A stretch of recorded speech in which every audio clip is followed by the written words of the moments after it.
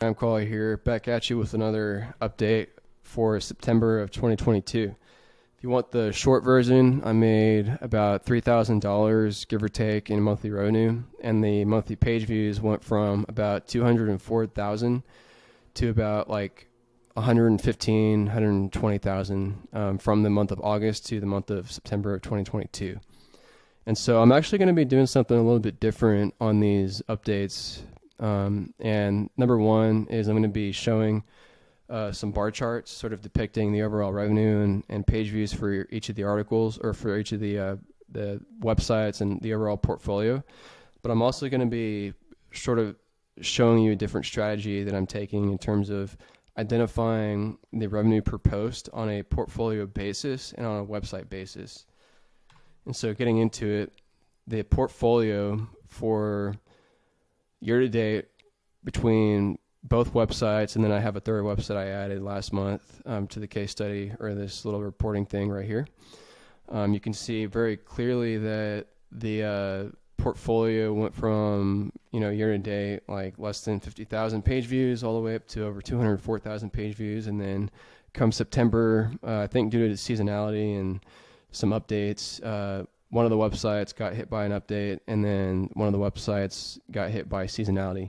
And so that would explain the drop in monthly page views right there. So I think right now it was sitting at about like 115, 120,000 page views for the month of like September 2022. And then as far as like the revenue goes, it peaked out again middle of July, peak season for one of the websites, at about $4,700. And then in September, so last month, it's crazy. It's already October right now as of like recording this, but it peaked out at about $4,700 middle of the summer, and then again due to the seasonality and then some Google updates, the revenue went down to about $3,000 this past month.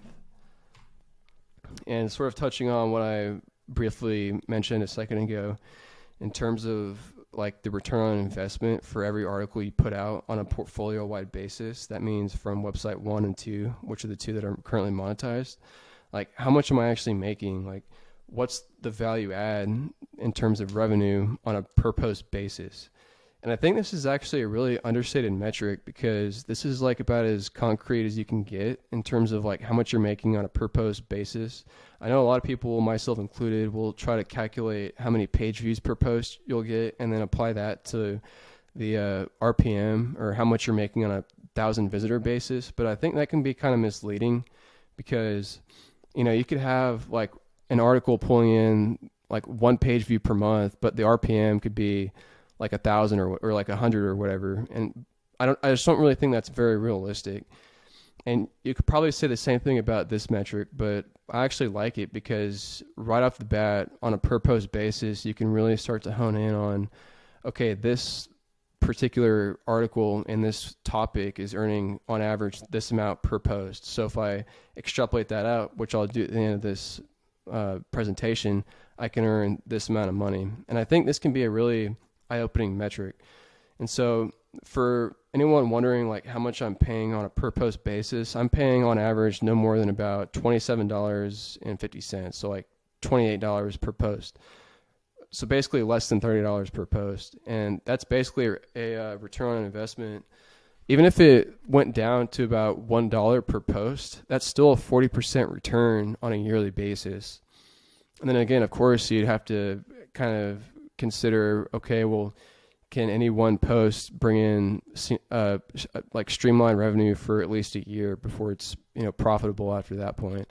And I'm inclined to believe yes, but to kind of hedge yourself, you obviously would want to try to have a higher revenue per post. That way you don't have to put out as much and you get a faster return on your investment. And so again, I think this is kind of an eye-opening metric in terms of like how much you're putting in versus how much you're getting out, both in terms of like page views and revenue.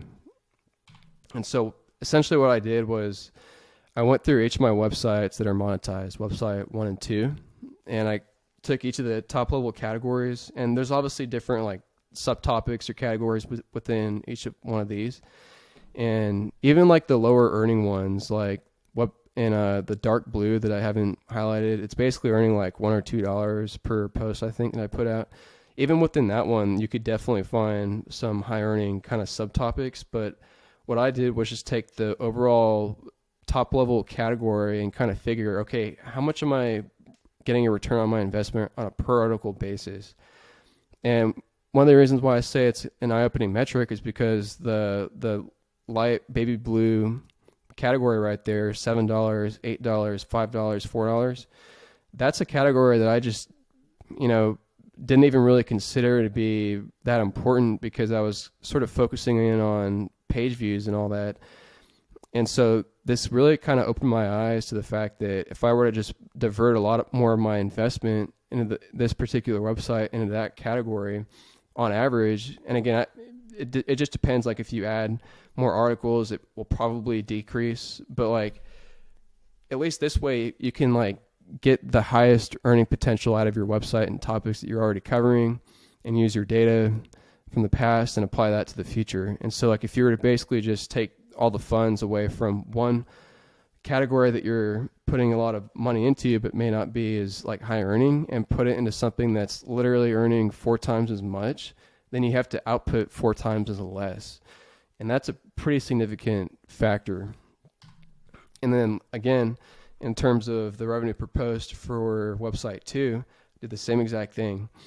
And this one wasn't really as much of a surprise, to be honest, because the bottom dark category on the bottom right there, it went from like $2, $10, $8. And that's also including like this Google update. This one got hit by the update, and it's still earning a pretty significant amount on a per post basis. And then likewise, like the other 2 categories that I have earnings on, reported on, those are still earning a significant amount because on a yearly basis, like a $1 revenue per post, I'm only paying like $28 per post on both these websites. And if I were to just get like a $1 revenue per post return on that investment, that's still technically like a 40% return on a yearly basis. And so if you just divert a lot of the funds into the $8 revenue per post category and just kind of carpet bomb that, then you're literally having to invest 8 times as less, and you're getting 8 times more out of each article you put in versus a category that's only earning you like $1 per post or something like that, And so for website 3, this one's obviously not monetized, so I just did the calculation of the page views per post. And I think both these metrics have, their time and place. Obviously, like since this one isn't monetized, you want to try and optimize, okay, which categories are performing better, which ones aren't. And then essentially what you want to do is find which ones are doing better and just focus on that, while also maybe like sprinkling in some new topics to see like their potential. But you want to focus on what's working and don't really deviate from that.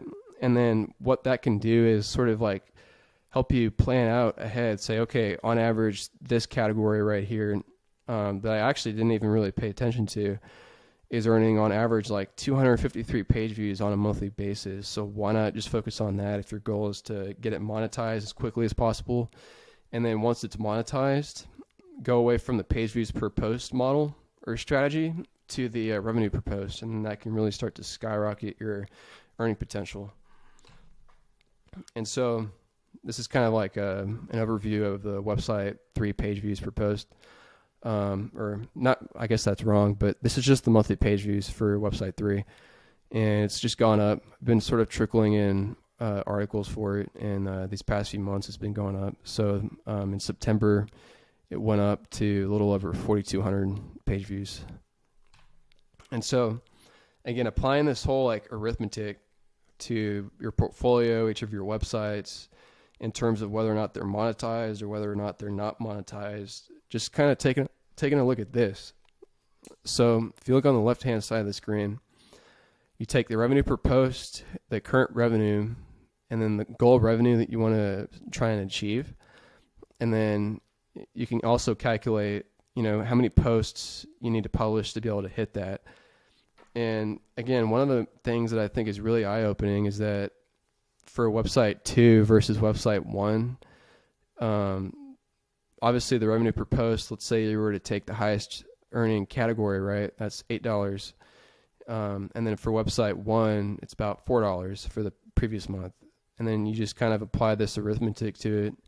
And right off the bat, you can see that you're having to post literally 50% less to get the same return on website 2 versus website 1. And so the same goes for the portfolio. Like the overall portfolio revenue per post is on average $2 for any article I happen to pump out. And you would have to just take a look at that number. You'd have to publish about, I know I put the goal revenue is like $20,000. So you basically would have to put out like 50 to 100% more for the overall portfolio than you would for like website 2 if you were to just target the higher earning post categories. And so I really think that's kind of an eye-opening metric. And you can sort of play around with the numbers. I only did 10,000 because I want to try and take this like sort of one step at a time kind of thing, I did a calculation to do like $1 million or whatever using like $8 revenue per post, and it was like 120,000 published articles. So we're going to be here for a while. But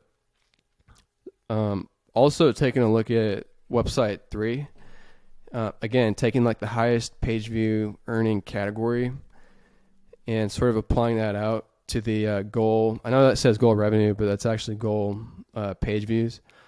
Sort of taking that to the overall goal page views that you want to hit to get it monetized with like a Mediavine, for example. You'd only need to publish another like 200 articles or something to be able to hit that versus the 15 or 1600 articles if you were to just kind of spray and pray over all the different categories that you're currently doing. And so I think the revenue per post and the page view per post have their time and place. That's basically what I'm getting at. And in my opinion, if you don't have a website that's monetized, I would assume obviously want to get that monetized, right? So like figure out what's working, what's not working. I know like there's a lot of passion behind a lot of these projects and everything, but if your overall goal at the end of the day is to obtain high page views to get monetized, and then once you're monetized, just focus on the revenue, then to me it just makes sense. Like when you start a new website, or if you have a website that maybe isn't on Mediavine just yet, yeah, go ahead and like do the carpet bomb approach, like cover like whole like 10, 20 different overall topics on the website and just kind of see what sticks.